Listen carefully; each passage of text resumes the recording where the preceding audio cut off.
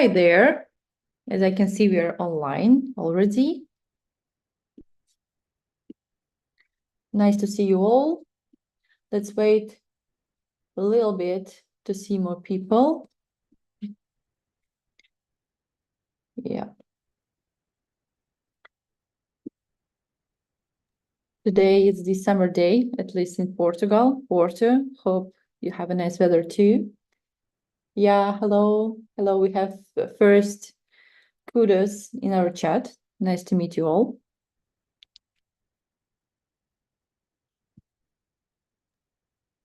Yeah, hello.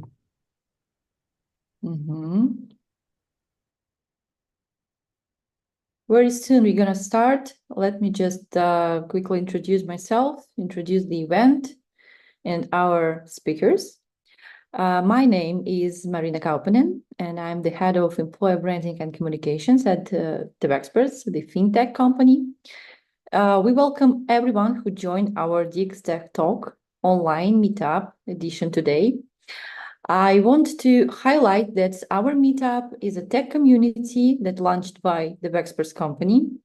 We host these events in online mode and also in offline mode in Sofia, Bulgaria, Tbilisi, Georgia, in Porto, Portugal. We share our knowledge and bring like-minded people together. We'll be happy to see you like a member of our community. Below all this video, you can check out the link to the landing page of our community. You can subscribe on our newsletter or can just stay in contact with us if you want to be a speaker or want anyhow contribute to this knowledge sharing environment that we have here. Okay. Yeah, I see more people. It's very pleasant. Thank you, everyone. Today, we gather design community to discuss the best practices in managing design teams, and also remember usability heuristics, created 30 years ago, but still relevant for usability testing purposes. Both talks will be delivered by our experienced UX UI designers with an online Q&A session. After each talk, you can send your questions in the chat. We will read them and respond. So, hello guys. So tonight we have Oleg Golubyev and Ilya Zuyev. Nice to have you here. How are you? Hi, Marina. Hi, everyone. Hi, everyone. I feel good. Good. Yeah, sure. Because I'm in Porto as well, as you. So we have a sunny weather outside and sunny weather inside in the office. So yeah, that's really nice. Cool. And Oleg, where are you now? In Sofia, we have a cloudy weather, but it's easier to sit near the window. Yay. So you're just offering a cloud solution, I believe. So just kidding. Nice one. Okay. So guys, I think 5 minutes left. Let's start. And let me introduce, please, our first speaker. And here's Oleg Golubyev.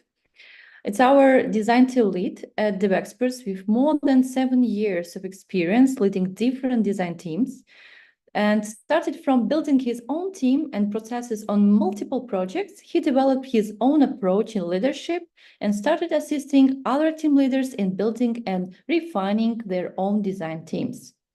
So tonight, Oleg, they're gonna share with us his framework, and the talk, and the name of the talk is How to Organize a Small Design Team and Continuously Improve it. So Oleg, are you ready? Please, stage is yours. Yes, I'm ready. 1 second. I'm sharing my screen. So, okay. I'm Oleg Golubyev, design team lead in dxExperts. And just to repeat, I'm here to tell you about how to organize a small design team and continuously improve it. And let's start from me.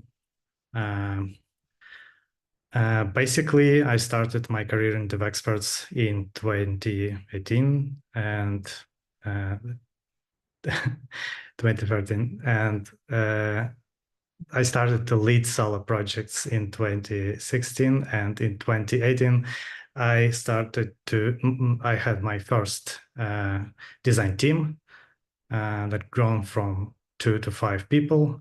And in 2021, I started to lead multiple design teams, which were also cross-project teams. And then I started to consult another team leads, help with them how to manage designers. And at 2024, I'm here to present you my framework, which may help you to organize design teams. And I tried to condense my experience so that would be useful in just 20 minutes. So for whom that might be helpful? Any designer who just started to lead design team. For leads who already experienced but wants to reflect on my experience. And for anyone who wants to understand the teamwork framework that I mentioned. So I want to structure my speech in 3 parts. First is how to meet each other, then how to build the process, basically routine, and how to evolve your team. Starting from the meeting. Before meeting, I want to mention 2 important things. It is recruitment and structure of your team. Recruitment itself is a very wide topic. It may be worth a separate discussion, separate lecture, but here I want to focus on criteria that may help you to find suitable people for your team. First is that theoretical and knowledge skills need to fit the role. Basically, when you have very simple tasks and other tasks may be processed by you, probably you want a novice designer that would be in charge of only a simple set of tasks, and you don't want overqualified person. And in another case, you may have very complex tasks. You don't want to control everything, and you want the designer to be autonomous. So you don't want novice designer that cannot process everything. Then second important thing is that you need a designer who already worked in team and communicates well. Basically, in case of junior designer, maybe it's just first experience of designer working inside your team, and but you can discover if the communication is good or not by interviewing this person. And your designer also need to has interest in upcoming tasks based on what you deliver, what you explain. You need to hear some interest from this person that it would be interesting personally for designer. And designer need to be familiar with your design hygiene. Basically, that may be reflected in proper work in Figma or design system or variable naming or layer naming. Everything that is important as a base should be covered. And if your input designer can meet those 4 criteria, that would be much simple for you to process to the next stage. And next stage is structure your team. Let's start from the smallest team possible. 1 + 1 basically means you and your designer. That may be a novice designer or an experienced one. The orange color basically represents the amount of effort you need to invest to achieve certain results on your project. It's easier for middle and senior, but you need to invest more for junior designers. That's obvious, but it what is also important that there would be different levels of treatment. For junior designers, you basically need to control everything related to tasks and technical things. And for experienced tasks, you need to understand the high-level picture and direct. Let's imagine you have +2. Basically, that means you have x2 time that you need to invest in your design team. And in case you have 2 juniors, that would be harder for you. That may be a full-time job, and that may stop you from doing other important things from project for the project. So that would be better to optimize some things. For example, you may look for delegation of task statement and quality control to more experienced designer in your team. And just because you cannot control everything in communication one-on-one, you have 2 designers that can interact with each other. You need regular, transparent communication between designers. And I will tell about communication more. Then let's imagine you have 3 or 4 designers. In this case, optimization is critical. You need to look for relying on experienced one for task statement and quality control. And you really need someone to help you with it, because it would be impossible for you to process everything.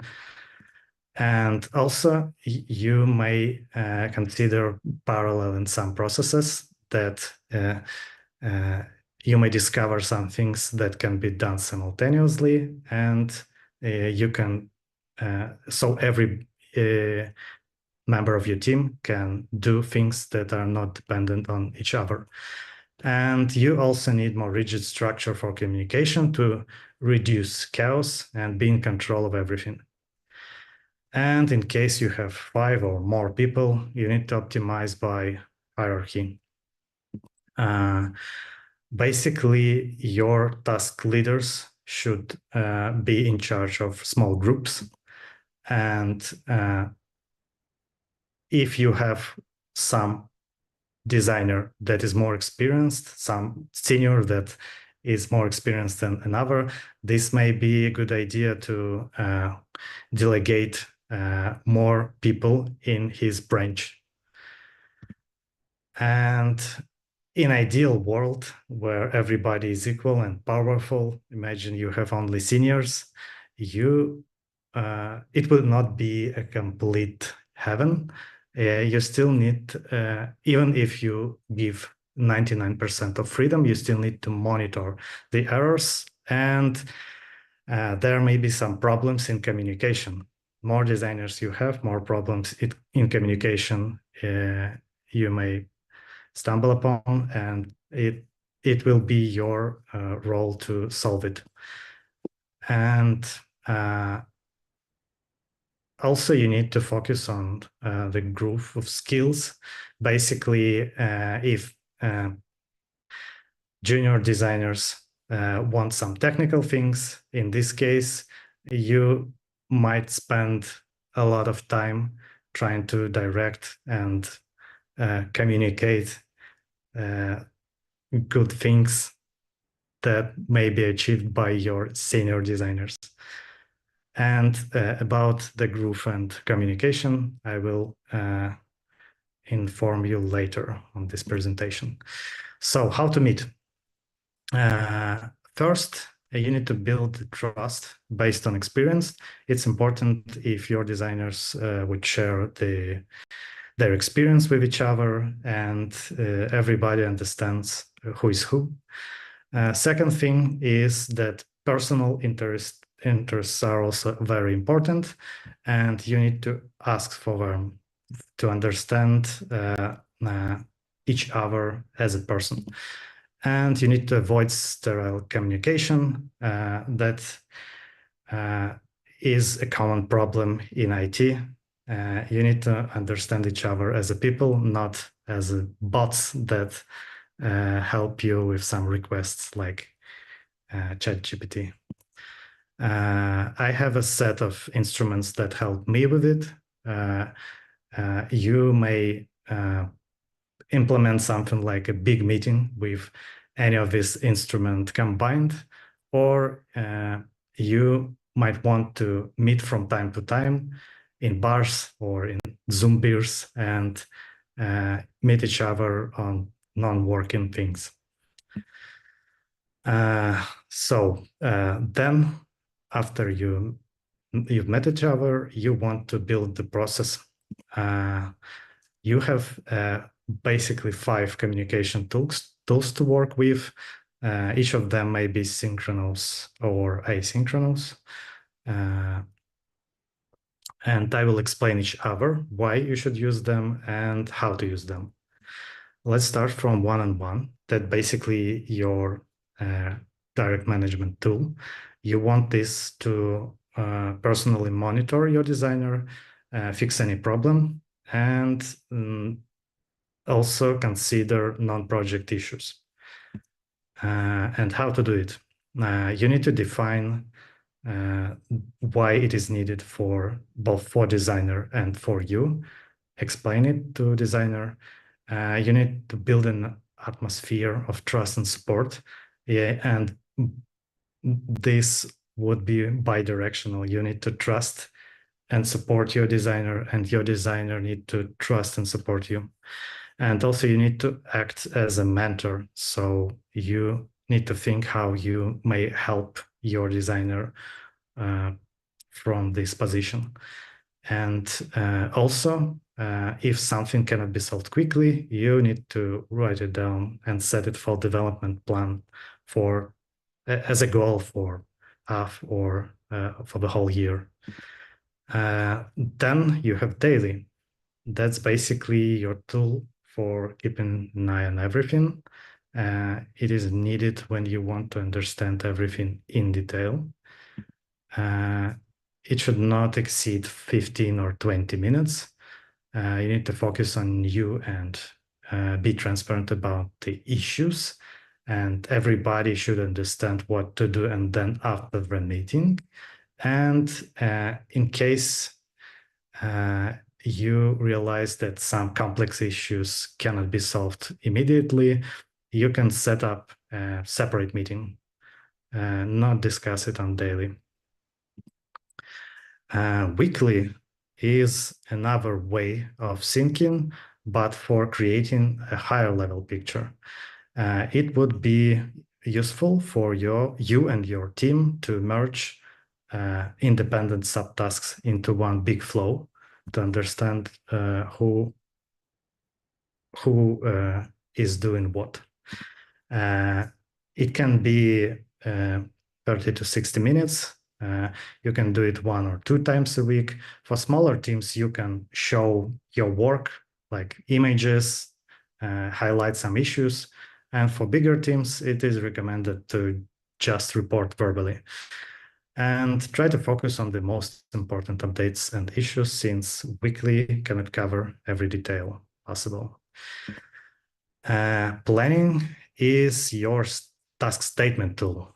Imagine you have feedback from the client or product manager. You need to think, create a plan, or develop a tactics. And how to do it? Basically, it would be useful if you set up this meeting as early as possible, because you need to align your goals as early as possible, so everybody works in the proper direction. And try to verbalize your task, discuss how it should be solved. If needed, you may brainstorm it. And as an outcome of this planning, you need goals and deadlines. Checkup is basically your quality control tool. It may be very useful for preparation for presentation, or if you need to check up if you are on the same page during the execution of a big task. Basically, it's as simple as designer demonstrates the result to lead, and lead makes corrections if needed. Yeah, very obvious questions. Why would you use synchronous or asynchronous way of communication? you have naturally asynchronous ready tools. They basically fit the rule where main goals can be achieved easily in text without much time dependence, or where your communication can be formalized and structured. Naturally, it's daily and weekly. And others, probably not, because some tools are difficult to make them asynchronous when the goal is linked to strict deadlines, or tasks require dialogue, or questions are open, or meetings relate to emotions. For example, on one-on-one, you may discuss very sensitive things that would be hard to discuss in text. What is also important? Division of labor. It is very useful if you can identify the strengths of your designers and try to execute based on this strength. Basically, if someone does something the best, you can put this designer to lead this. And then every agreement should be done at the beginning as early as possible.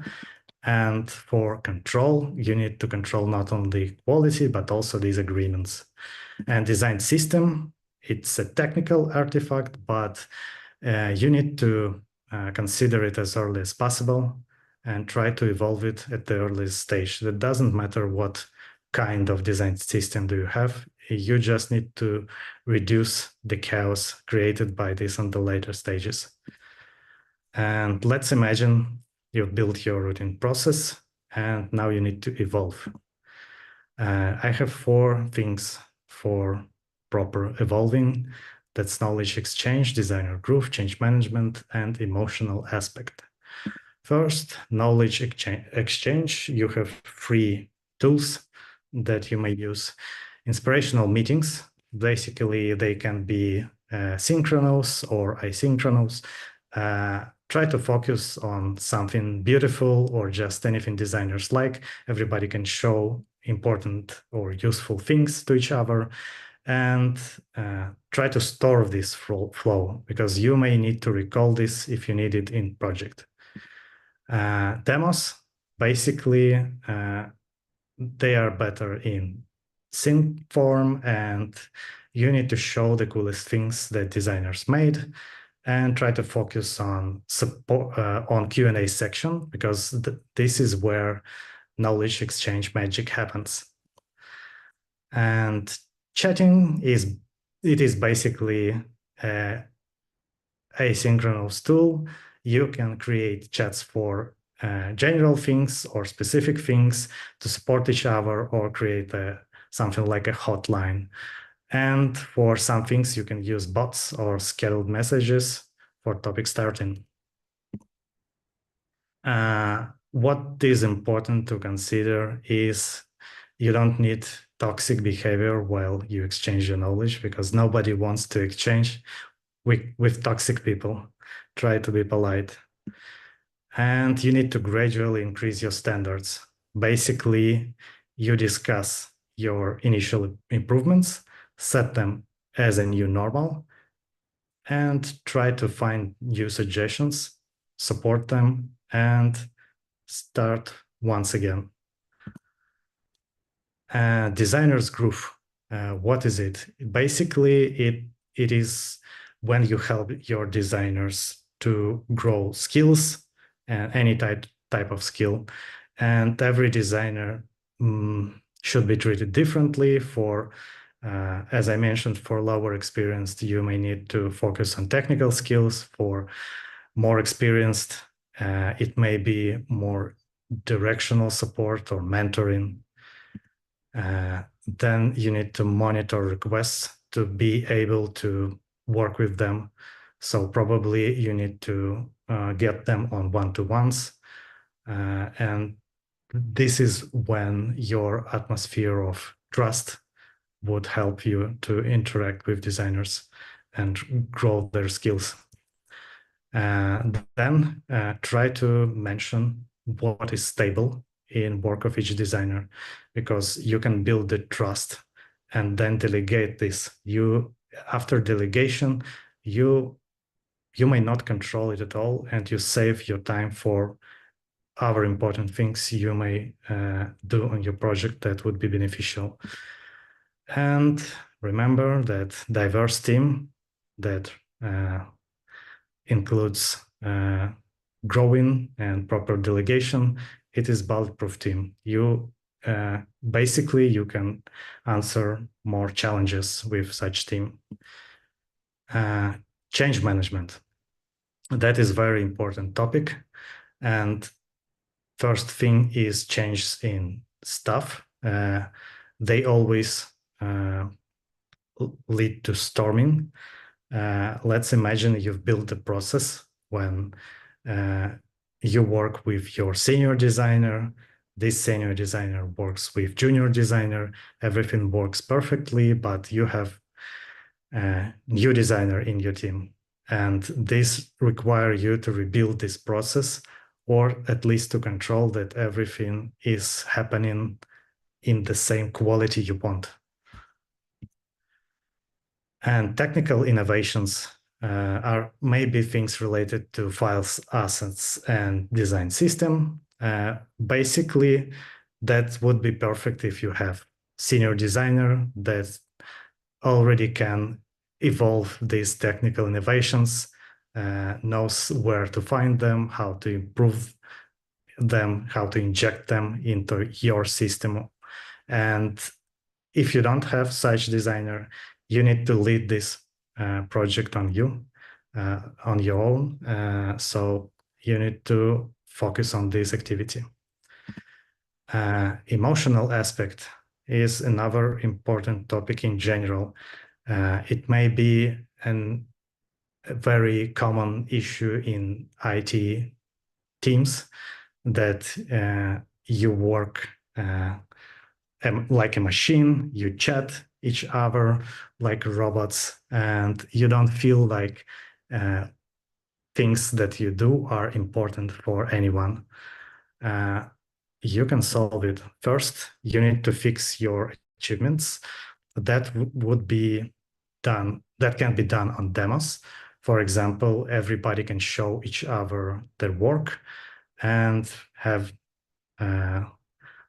comments and praises, and understand that this is a huge work that was done probably within a month or months.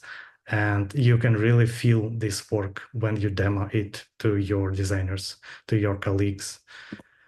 And you need to create a blow-off valve. Designers need to feel that somebody understands them, and who, if not designers, can understand designers. And to takeaways. Basically, to build a good design team, you need to recruit it properly, structure, meet with each other. Then you need to set up your routine as meetings and chats. And you need to exchange knowledge, grow skills of everyone, and drive and monitor changes. That's all from me. Here are some useful links on our design team resources, and it's time for Q&A section. Thank you for listening. Thank you very much, Oleg. It was very interesting. Guests, please ask your questions. You can send them in the chat, and I'll read them. For now, we are waiting. And look, like a design manager, do you consider yourself more like designer or like a manager? Wow, that's an interesting topic. It's hard to distinguish. I feel like I'm doing both things at the same time. And both things are important, and it's hard to be only manager or only designer on my position. Okay. Oh, by the way, we start to have questions. Okay, let me read them from the chat. Alex, thank you for the framework. Can this framework handle conflicts? My team has had a painful experience dealing with internal conflicts and external conflicts with a client. Oof. Can you suggest your way to resolve? Can you help anyhow in this situation? Yeah, basically, conflicts may be a separate topic for a separate lecture. You can have internal and external conflicts, and yes, and there should be conflicts in any team. It is very natural. The idea of my framework is that with monitoring tool and the trust and direct relationships based on trust, you can solve any issue. Basically, on one-on-ones and or on your team meetings, you can easily understand that you have a conflict. You may refer to your personal experience to help any designer with the conflict. Sometimes you have a really easy way to solve the conflict just by a good Here. yeah, you can speak with each other multiple times and align on everything. Yeah, but if this is related to external things, you cannot control everything. And yes, you basically need to discuss everything you can control and help designer to behave in a correct way. Okay. It's curious topic indeed. Hope your next talk will be dedicated to that. I see some interest in our audience about that.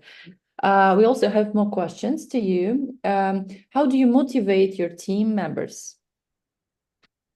Yeah, motivation basically was discussed as a part of this framework. When you like the task at the first part, when you start work in the team, and when you have good communication, it is much easier to be motivated. And then basically when you have good communication, not only around the project tasks, but as a person, you also feel more, you feel easy to work on any task when everybody supports you. And yes, there might be things that are related to some personal struggles. Some designers might not like some things that they have to do on your project. In that case, you may just try to balance the load. Probably if you have a diverse team and somebody doesn't want to do the specific task, you may just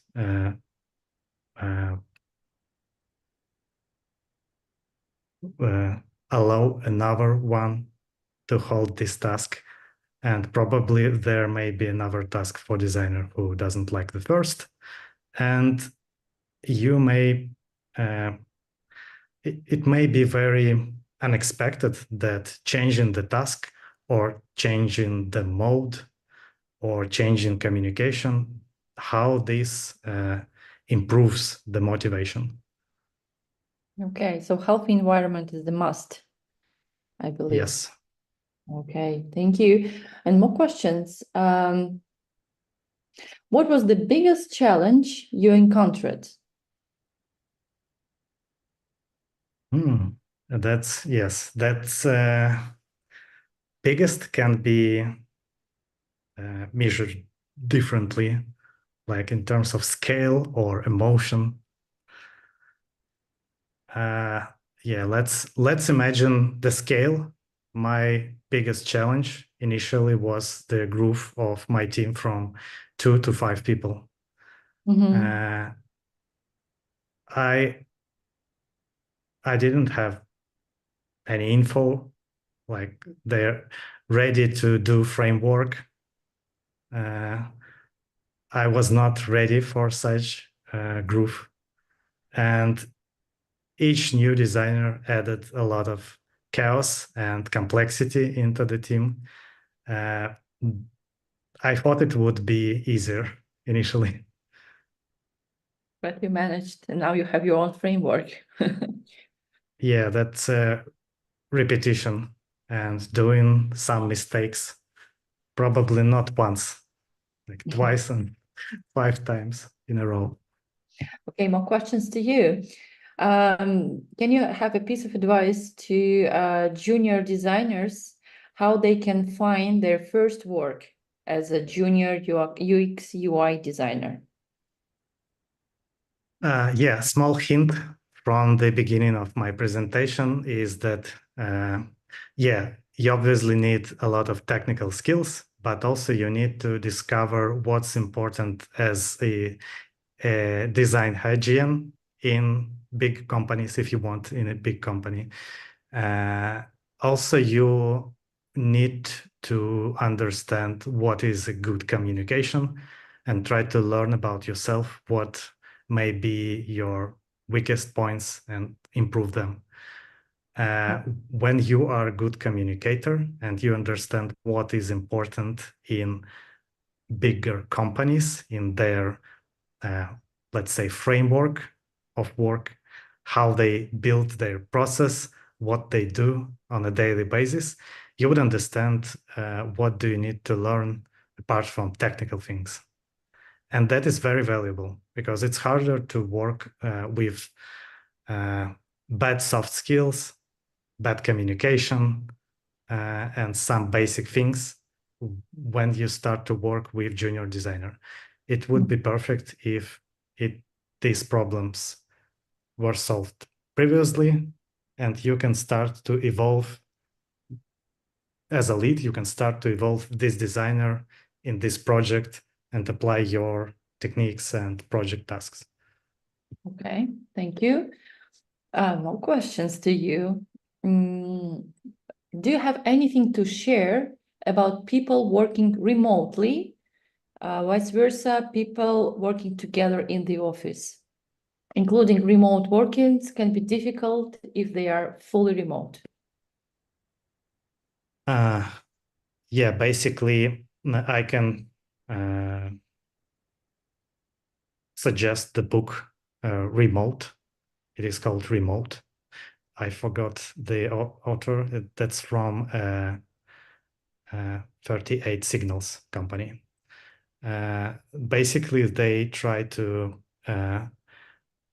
explain a huge framework, how to build and work remotely, any type of work as a business. You can understand a lot of useful things about remote work. And basically, it is easily possible if your company focuses on remote working and you have all the tools.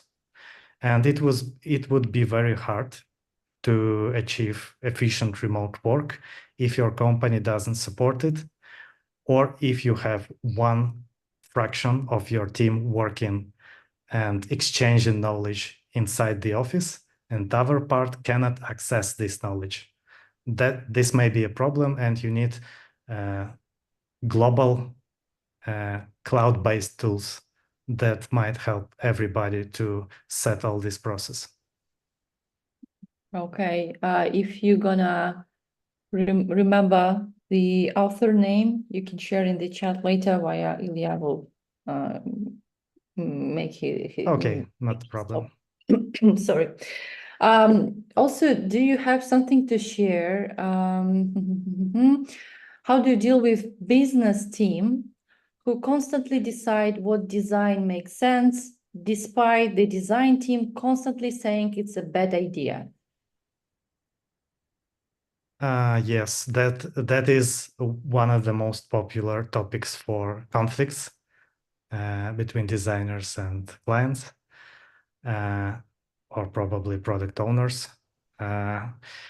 In general, it would be perfect if you can build the process where business logic is the responsibility of a specific a number of people, clients, product owner, product manager, and design expertise is the responsibility of your design team. In this case, if you explain to everybody what is for what and show that you have this expertise, you can deal with it easier. And in some cases, you cannot do it because you just don't have enough trust and authority to be able to inform that your decision is very scientific based or data based. And I can just suggest that if you cannot build the process or influence people, you can try to use more arguments that are relevant to your peer. For example, if you understand that your client or product manager listens to qualitative data, you can try to use more arguments. If you understand that some UX laws work, that's a link to Ilya's presentation. That would be very useful for you to, that would be just easier for you to use these laws because you feel that you are listened and this works. So you need to test different things to understand what arguments work and try to use them more often as a system. It's a nice bridge, by the way, to the next topic. I want to ask you to check out the chat. We still have at least 3 questions to you, but according to timing, we need to move on. You can reply in a written form or in the end of all topics. We would spend a bit more time just to cover up, and maybe you can just add something to reply on these 3 last questions. I will help you to navigate. Where is it? Okay. For now, thank you very much. It was very insightful, and we have a lot of feedback from the audience, which is great. Thanks. Let me invite Ilya on the stage. Hello there. Yeah. So Ilya is our senior interface designer at dxExperts with more than 5 years of experience in fintech and product development. Curious fact that actually Ilya was certified in linguistic and intercultural communication, but transitioned to design in 2010. My God, 14 years ago, focusing on web and UI design. Ilya has worked for major retailers and smaller independent companies, including a science museum for kids and a digital agency. Very interesting. And today, Ilya will share with us the talk dedicated to usability heuristics for designers and developers. So, stage is yours. Good luck. Thank you, Marina. And thanks to everyone who is still with us. So I hope that I'm going to keep you entertained for the next, I hope, 20 minutes or something like that. And I hope that my topic is going to be kind of easy listening because I'm going to share the ideas about the usability heuristics. And actually, I don't want to teach you how to design things. I'd rather want to focus on the point, on the idea that understanding those principles can be useful to other team members, such as developers, QA guys, managers, and other people in the team, just to ensure to be on the same page with the designers and to speak the same design language, which would, of course, help you to create a better interface and better product in the end. And as Marina has mentioned, I'm in the design in general, meaning for more than 10 years, and every new day counts, actually. And I'm in the interface design for more than 5 years, and about 4 years I work for the dxExperts company, and I'm a part of a wonderful DX design team. And if you take a look at our collective portrait, you may also find me somewhere. Sometimes I forget myself, but it doesn't matter. And the funny fact that this guy in the middle is not actually Moby. We tried to hire him, but failed. So bad for us. But okay, let's move to the topic itself. And first of all, we need to understand what are those heuristic things. And basically, they are just, some general principles for evaluating the usability and ensuring the user-oriented approach in the interface design. And these principles, these rules, have been formulated exactly 30 years ago by Mr. Jacob Nielsen, who is kind of a legend in the interface world. And this 30th anniversary of these principles is a good reason to have a party after the presentation and to celebrate, because they make a really fundamental part of the modern interface design theory and practice as well. And let's start with the first one, which is obvious, which is called the visibility of system status. And this heuristic is based on the principle that the design should always keep the users informed about what is actually happening inside the system by providing the appropriate feedback to them. And I need to make actually 2 disclaimers right now. So I'm going to share a lot of screenshots with you, and those screenshots are taken from our real-life products created by us. And the second disclaimer is that unfortunately, I cannot provide you the examples of all the heuristics. I mean, all the examples for all the heuristics because of the time limits and so on. But let's start with the dxTrade, the web trading terminal, which is our really popular product.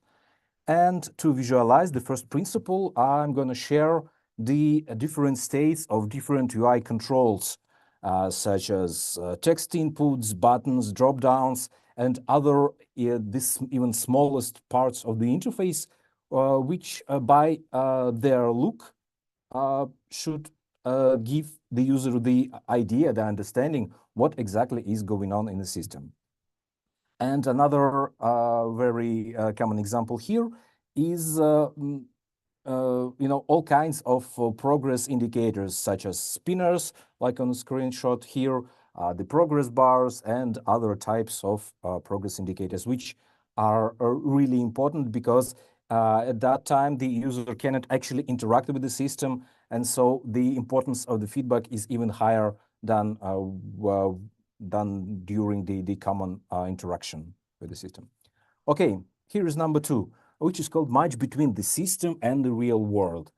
And this one is based on the idea that the interface elements that mimic objects from the real world, and actually we have numerous digital objects that copy the look from the physical objects. So they should provide some visual cues to the user about how to interact with them. And this time we are taking a look at our artificial intelligence powered trading assistant called Divexa.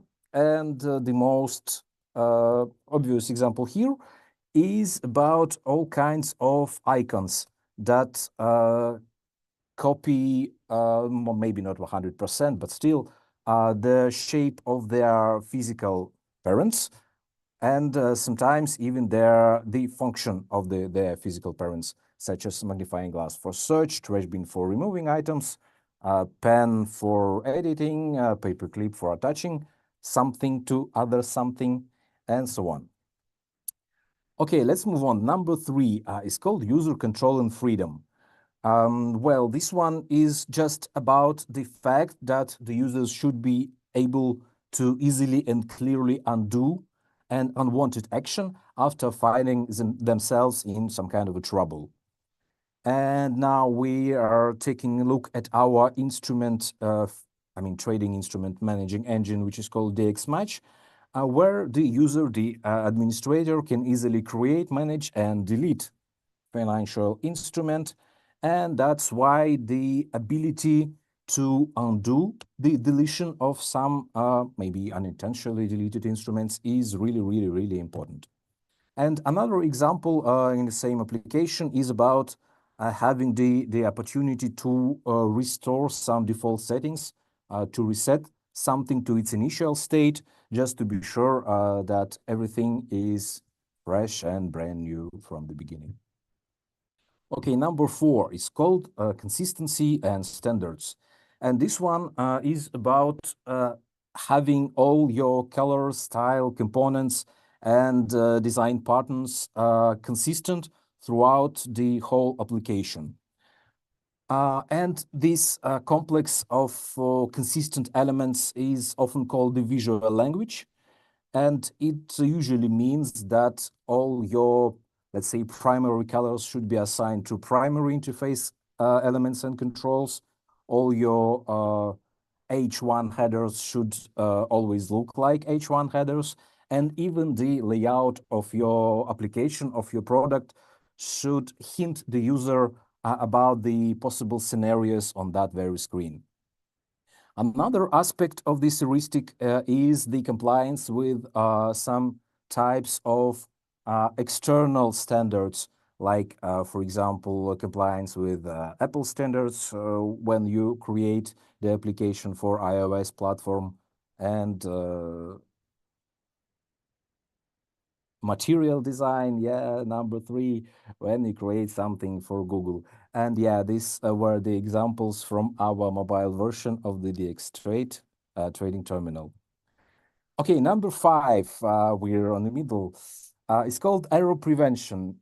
And it's about the fact that it is really essential to prevent, or at least try preventing, the critical, accidental, or destructive actions taken by the users. For example, numerical keyboards for a mobile application doesn't allow users to input the wrong symbols into the input field, which supports only digits, which is also really helpful. Another example here is having all kinds of suggestions, for example, for the search requests that also can navigate the user like in a more narrow path to the productive results. And the third example here is having some kinds of confirmation dialogues that kind of interfere into the possible destructive scenario to bring some more cognitive allure to the user and stop them from taking the destructive action immediately. Of course, these dialogues should be used wisely, because they sometimes and actually often may create a habit from the users, and they will just skip it without even reading what is written there. So please use with caution. Okay, now let's have a small break, and I would like to invite you to play a small game about guessing the heuristics, and just very few examples here. And if you want the full version, you can easily find it on Medium website. You have the link here down below. And okay, so I want you to press the number on your keyboard and send to our chat, and then we'll check your results, but I'm pretty sure that they will be excellent. Okay, so you see the list of the heuristics on the left and a couple of examples of the bad UX and good on the right. Probably this one will be really easy, because what we see here, the bad UX show us that the user cannot actually control the downloading of some really, really big file. Probably this comes from some kind of dial-up era, but actually that doesn't matter. And in a good UX example, the user can actually control the system and not vice versa. Okay, so I think you are all ready, and let's check the correct answer. Yes, of course, it's number 3, user control and freedom. I'm gonna see your results a bit later, but yeah, I keep my fingers crossed. Okay, another example. This one is pretty easy. So the bad examples show us some kind of a box, probably to put some unused things there. And the good one is a good old-fashioned trash can. So I'm gonna give you just a couple more seconds to find the number on the keyboard.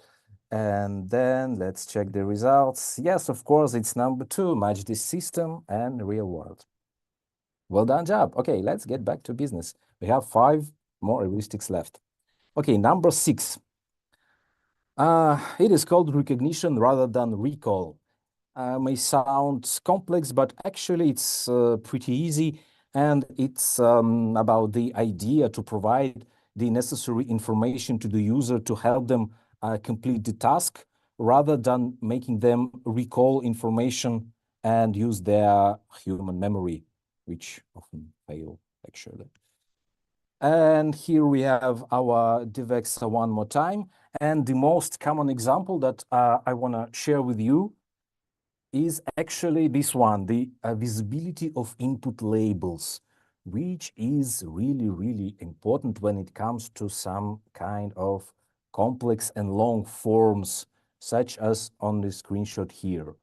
Because if we remove those labels, it's actually almost impossible to guess what all those numbers and symbols actually mean.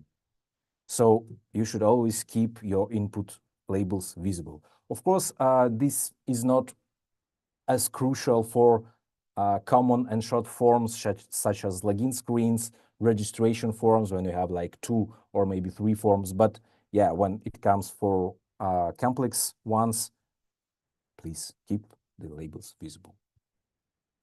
Okay, number 7 is called flexibility and efficiency of use. This one is about the idea to provide the users with the multiple ways to perform the same tasks by using your interface. And here is our internal product called Jira Time Tracker, which is used to actually track our working time. And it allows us to use keyboard as a primary input source to make our routine and everyday actions faster and easier, and keep our mental sanity on a high level. And another thing, another feature of this product is that it allows us to track our working tasks in real time by pressing that play button on top, or just use it, a traditional manual way by dragging the tasks from the list, then editing the time if needed, and so on. Okay, number 8 is called aesthetics and minimalist design.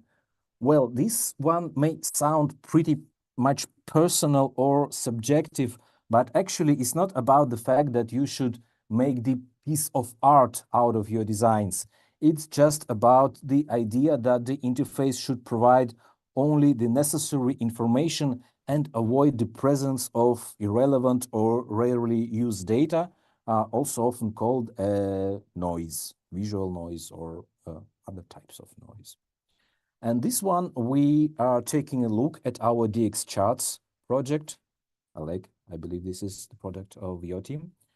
And it is actually based on principles of the flood design, the sort of flood design. And I'm telling the sort of because it's not like completely flat, but by telling this, I mean that we removed all the unnecessary decoration elements out of our interface, the fancy backgrounds, unnecessary shadows, some unnecessary borders, and so on. And every single part of this interface just serves its primary function. to solve the user's tasks. Number 9 is called help the users recognize, diagnose, and recover from errors. Well, obviously, this one comes on stage if the error cannot be prevented by any reason. And the idea of that is that error messages should be written in plain language to help the user identify the problem and provide the solution. Sorry. Okay. And here is the example. For validation hints being combined with special states of the user of the interface controls, which is called error state, can be really helpful to help the user identify the problem and find the good solution. Sorry. Sorry for that. And another example is providing the error messages with like a human language. And well, you may say that this one on the screen is not written in plain human language, but actually to our clients, the professional traders, this window makes a lot of sense. So they can get the necessary information out of it and then find their way out of the trouble. And another example here is about providing the description, the information about some empty states which may occur during the interaction between the user and the system. Well, it's not like absolutely an error state, but still an unwanted one. And okay, here we have number 10, the last one, the latest, the last, doesn't matter. And it's called help and documentation. And it says that it is really important to provide the users with detailed explanations of product functionality and other useful resources. And yeah, for the purposes of giving some small hints, the tooltips work perfectly fine, as you can see on the screenshot here. And when it comes to providing the users with a more complex and detailed information about the functionality of your product, then it is always good to use some kinds of online resources such as learning centers, online documentation storages, and so on. And I believe, yeah, we are done with the heuristics themselves. And here we have our guess the heuristics game one more time. Okay, this one probably is really easy because what we have here, a very colorful and fancy interface on the right and something really straightforward on the left. And let's check the correct answer. Yes, of course, it's number 8, aesthetics and minimalist design. And this one probably is a bit more tricky, just a tiny bit. So let me just quickly explain to you what is actually going on here. So in a bad interface example, the guy should memorize how the font style would look like after selecting it. And in a good interface example, he just sees the style by his very eyes. So probably too easy too. Yes, it's recognition rather than recall. Yeah, great job again. Thank you. Okay, so just as a quick summary, let me remind you those heuristics features that make them still valuable tool after all those 30 years. So the first thing is that those principles are actually based on the huge number of real life use cases.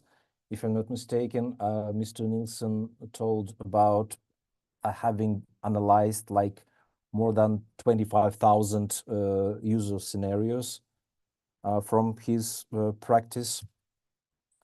The second feature is that the heuristics describe universal communication principles rather than concentrating on some technical aspects such as screen resolutions and internet speed, connection speed.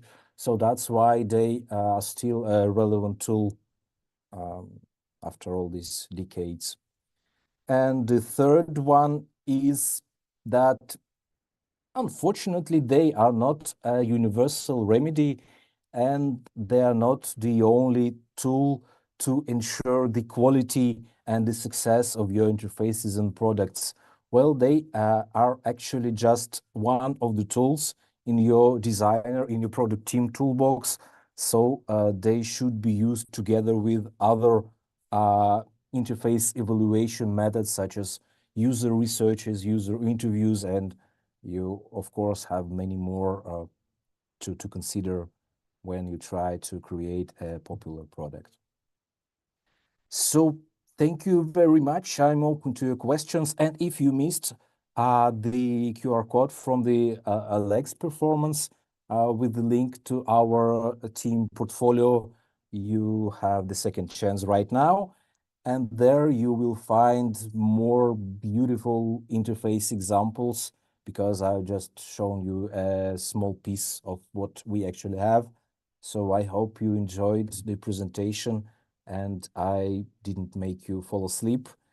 So yeah, feel free to ask your questions. Thank you. Thank you very much, Lian. So, dear guests, please send your questions in the chat, and we already have a couple of them. So let me start. That's nice. Mm-hmm. Yeah, Leah, what do you think about making apps icons look almost the same? For example, if we speak about Google icons. Well, I'm not sure what do you exactly mean by making them look almost the same, but I've been told, and I completely agree with the idea that the icons should have different shapes to minimize the time to recognize them. And so you probably may know about the fact that in one of the popular operating system iterations, all the icons were just placed inside the uniform containers. And to actually understand the meaning of the icon, you need to just like mentally remove the shape of the container and then take the shape of the icon from it. So I cannot say that I like this new approach, like to make everything visually consistent, because it affects the primary function of the icons. So yeah, just don't like it. Okay, so we have the following question, I suppose, here. What methods or tools do you use to validate design decisions? The opinion of the product owner, of course, is the most The main important. tool. Yeah, just kidding. Well, actually, it depends on the project, of course, because we have like slightly different approaches because too many projects are currently going on. And the most efficient tool probably is to think about everything in advance and prepare a detailed checklists with all the aspects of the design that should be like checked and considered to be like to get the approval of the client. But as Oleg also mentioned, it's always, well, not always, but often a matter of having some compromise between the design world and the real world, because the ideal interface probably cannot be like implemented always, because you don't have enough developers, you have your strict deadlines and so on. So the main idea is that you should primarily focus on the business goal. Probably it sounds like sad and boring, But yeah, in the big companies, the designers are just, you know, the workers who are here, and we are here actually to try to realize the business idea, but like doing our best to make it visually pleasant and to provide the best user experience possible within the certain frames. Sorry if I was like Well, it seems like it's not not an clear enough. easy, not an easy question. Yeah, of course, and it's can be a topic of a separate discussion, which may take hours and hours because yeah, we have different frameworks for the different projects. But the easiest one is like a simple checklist with the main things. And you can always start with those heuristics because yeah, they are actually time independent because they are not about colors or icons or shapes and typography. They about interaction between the users and the system. And actually, we humans haven't evolved much. I mean, with all like 50 maybe years using the computers. So this is a really short time frame. So our behavior hadn't changed dramatically, and our habits are still like in the Middle Ages, probably. So, Funny thing, you partly answered one of the next questions. oh, Yeah, so okay. these heuristics have been formulated 30 years ago. Can they really be used for modern interfaces evaluation? As Well, I assumed, it's kind of principles that. yeah, as I have mentioned, they are universal and they are not about the interfaces probably in the first place. They are about the humans and how we use things, not only the interfaces, but any kind of things in our physical world. So we want to be informed about the dangers, about the errors that may wait us ahead. We want to get like feedback if we take something by our hand that we're actually taking. And so the same principles are still valid for the digital world. And that's why those heuristics describing those principles can and should actually be still used as I again stress this fact as one of the tools in your design activities. Not a single one, but just one in a long, long row of tools and frameworks that should be used on an everyday basis. Okay. So one more question. Any more words about working with clients' visual design palette, and perhaps with restrictions on working only with something like TypeScript, making it difficult to work around material UI, etc. Yes, sometimes that may happen, but again, it's always the question of negotiations between the designer and the client, because the main thing here is to avoid the confrontation at any cost, because it's going to be like just unproductive and won't lead to any good results. I think that in any situation, the solution can be found even without the strictest restrictions. There is always some room for maneuver, and interface design is not about using the colors and the type fonts, because it's just the tools to achieve the primary goal, to help the user or to help the client with their problems. But so I think that the idea is that if the message is correctly provided, shared by the interface, it doesn't actually matter what typeface or what color it is used for this purpose.